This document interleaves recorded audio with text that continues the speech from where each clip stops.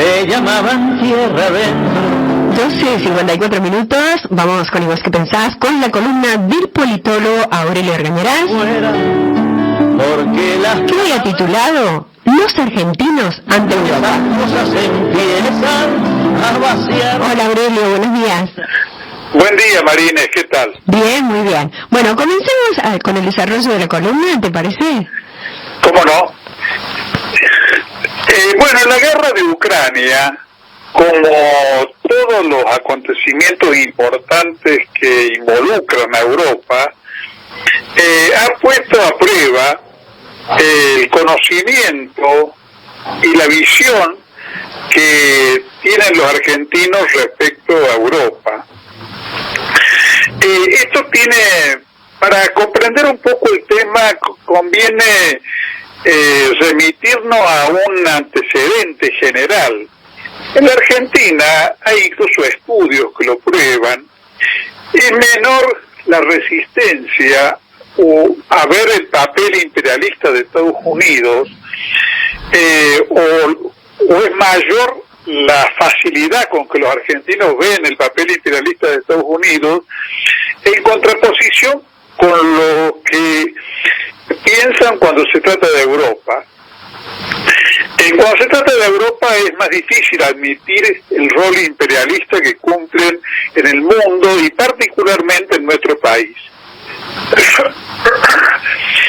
Bueno, esto tiene relación con el hecho de que no solamente con el fenómeno migratorio argentino, que nos da una población que por sus orígenes de una manera u otra, digamos, tiene debilidad espiritual, digamos, hacia Europa, sino con el hecho de que antes de ser un país sometido al imperialismo norteamericano, fuimos una semicolonia de Gran Bretaña. Y acá conviene hacer una digresión. En las semicolonias no hay una fuerza de ocupación extranjera presente. Para que el oyente tenga una idea más precisa, puede pensar en la India, donde los ingleses ejercían un dominio basado en el poder militar, como hubiera ocurrido en la Argentina si hubieran triunfado las invasiones inglesas.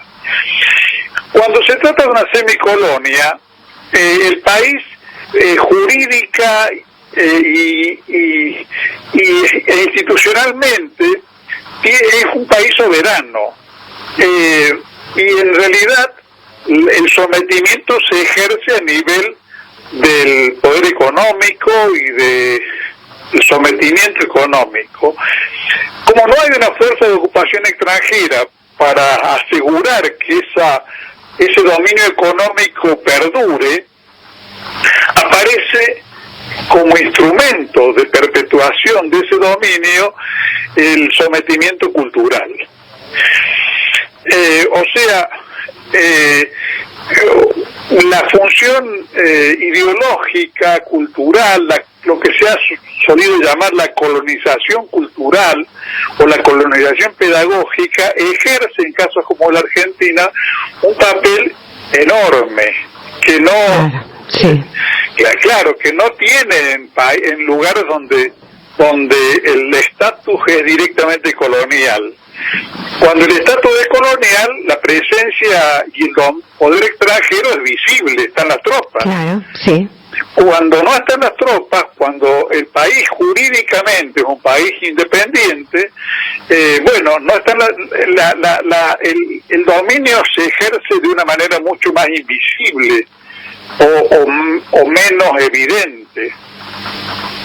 Bueno, en ese proceso de colonización cultural, que de alguna manera ha sido facilitado por el torrente inmigratorio que tuvo el país, aunque ese no es en definitiva el secreto, porque también los Estados Unidos tuvieron una inmigración europea cuantiosísima, y sin embargo, como Estados Unidos es un país central, es un país que fue desde sus orígenes autónomo, autocentrado, y que desarrolló un poderoso capitalismo que lo constituye como un país, no, al principio autónomo y después directamente imperialista.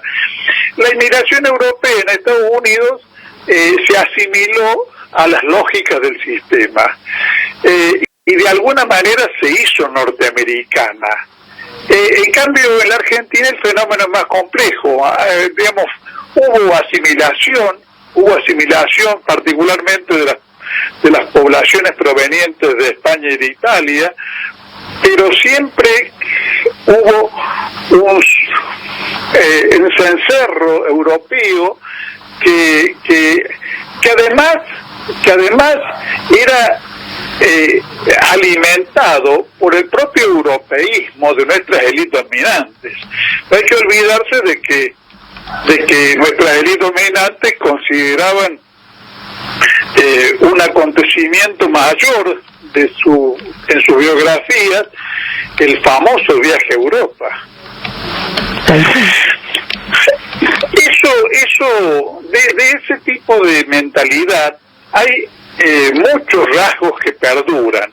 Recientemente hemos visto en los sectores más groseros, más torpes, más colonizados mentalmente, inclusive algunas manifestaciones de identificación con Isabel II. Sí.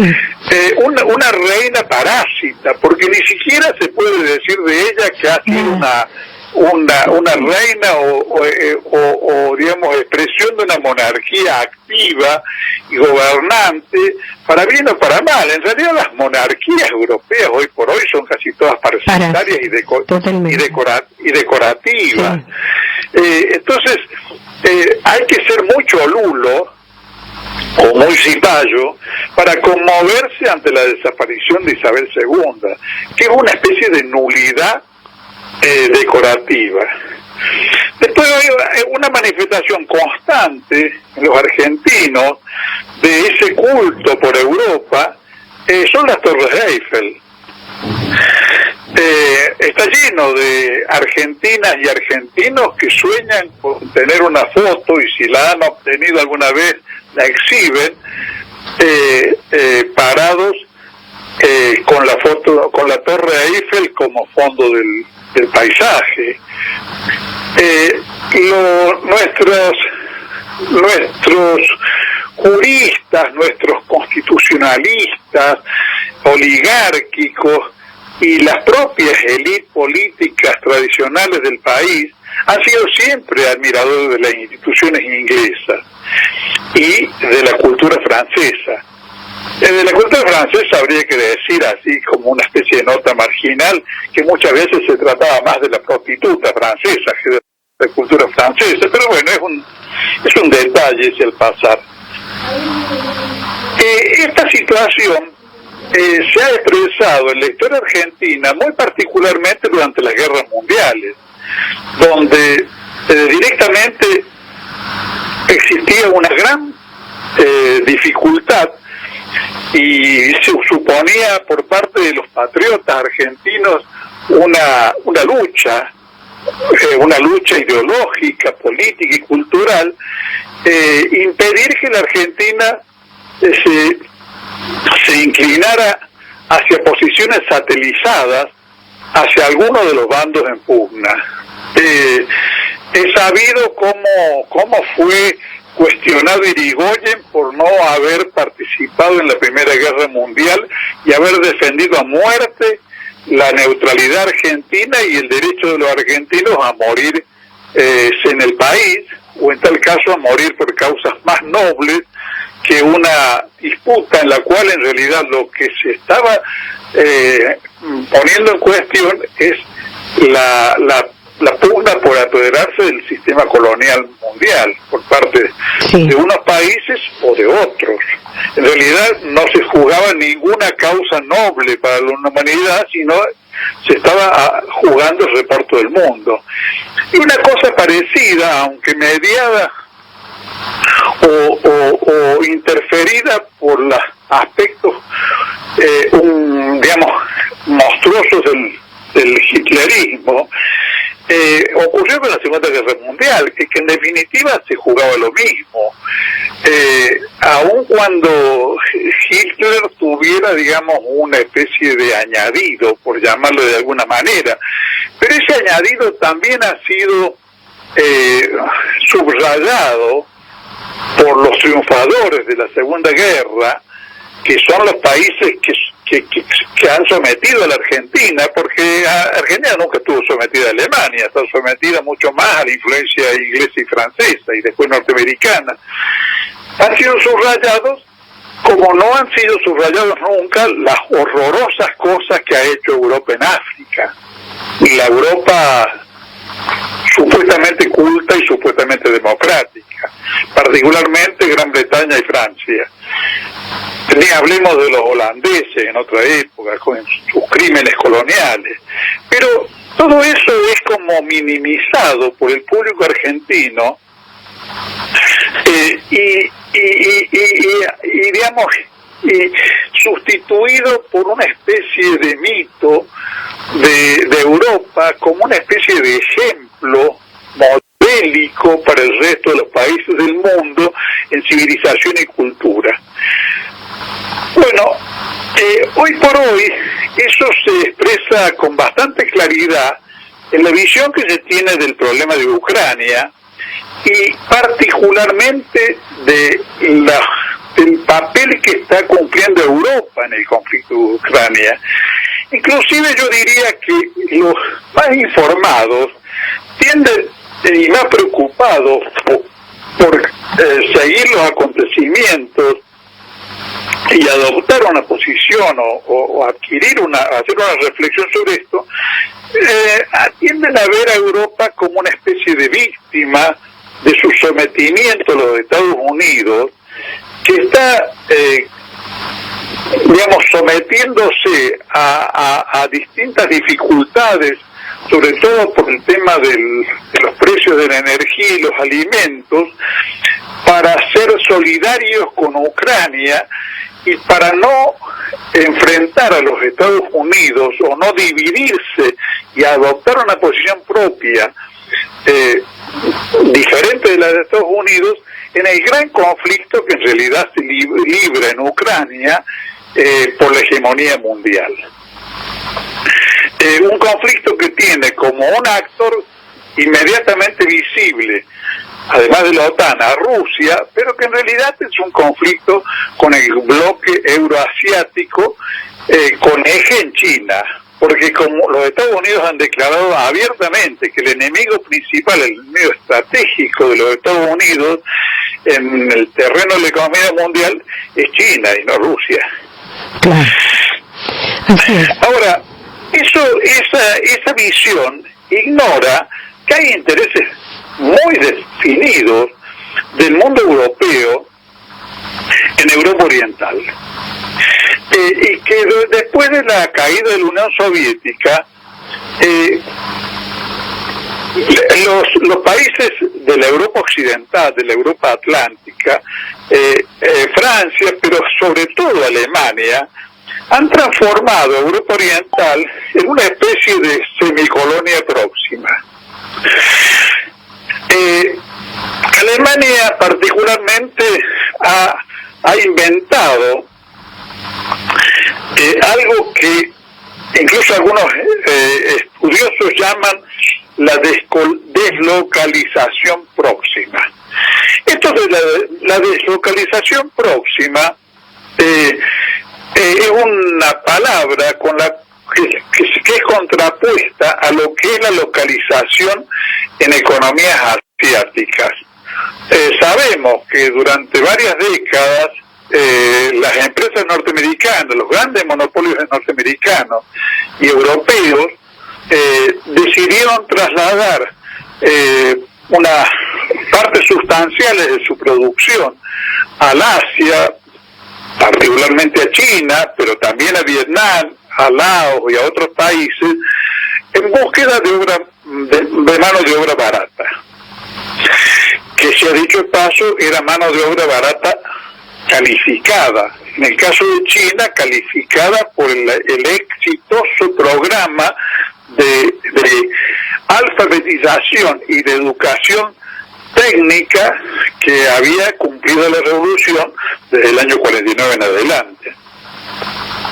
Ahora, esa deslocalización en Asia tiene en primer lugar el problema de que, sobre todo en el caso de China, ha sido cosa que no esperaban los países del imperialismo occidental, ha sido un instrumento del engrandecimiento de China que no los dejaron transformarla en una semicolonia, sino que negociaron en términos favorables al desarrollo autónomo de China en todos los terrenos y terminaron colocados en una disputa por el nivel tecnológico más avanzado del mundo, cuestión en la cual están en este momento, y justamente por eso hoy por hoy Estados Unidos y Europa ven a China como el peligro principal. Pero además la deslocalización lejana tenía los problemas obvios de las distancias, de los costos del transporte, pero sobre todo de la posibilidad de alimentar un enemigo potencial que podía después devorarlos. En cambio, en el caso de Europa Oriental, de países como Chequia, que son países pequeños, que, digamos, es imposible que se transformen en grandes potencias, como Hungría, como Eslovaquia, como la propia Ucrania, que es candidata a ser víctima de ese festín de inversiones colonialistas. Tienen, por un lado, están al alcance del camión.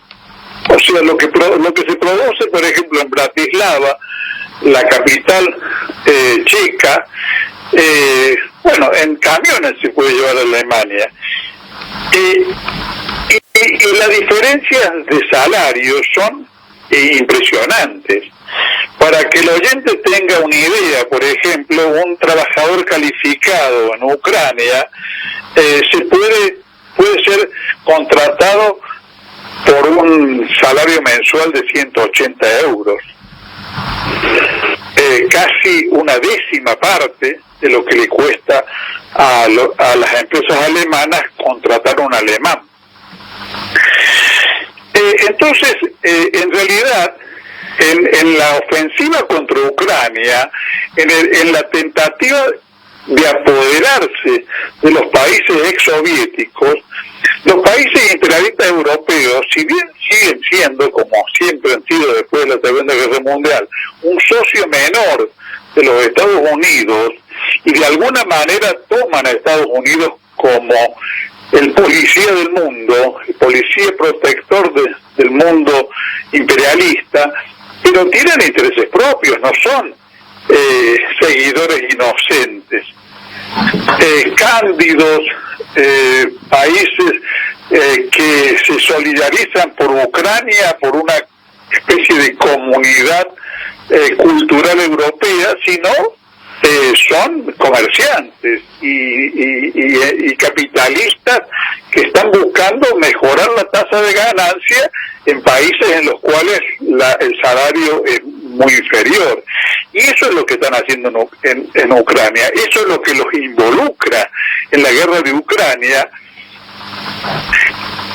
pese y sin que les importe el sacrificio que eso está representando para sus propias economías y sobre todo para sus propios trabajadores.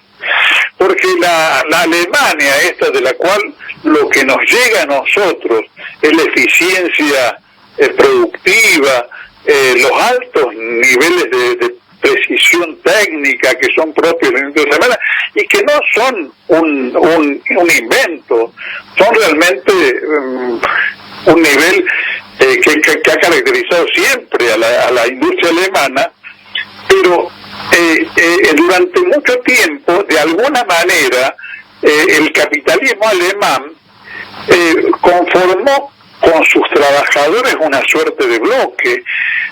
Desde que se abrió la posibilidad de usar a Europa Oriental como un mundo de salarios baratos, y el capitalismo alemán extorsiona a sus trabajadores hacia la baja de salarios, hacia la pérdida de conquistas laborales, con la amenaza de nos vamos a Hungría, nos vamos a Chequia, nos vamos a la Europa exsoviética.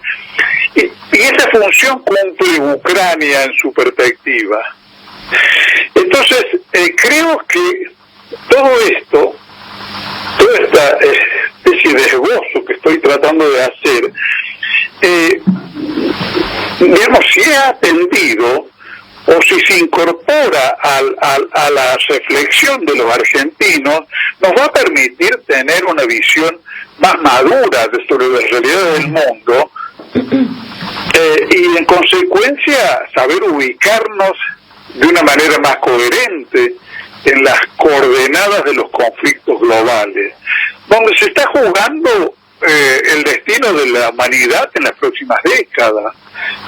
Nos está jugando si el mundo va a seguir siendo hegemonizado, no por Occidente, sino por los centros financieros parasitarios de Occidente, que son los que han hegemonizado en este momento el capitalismo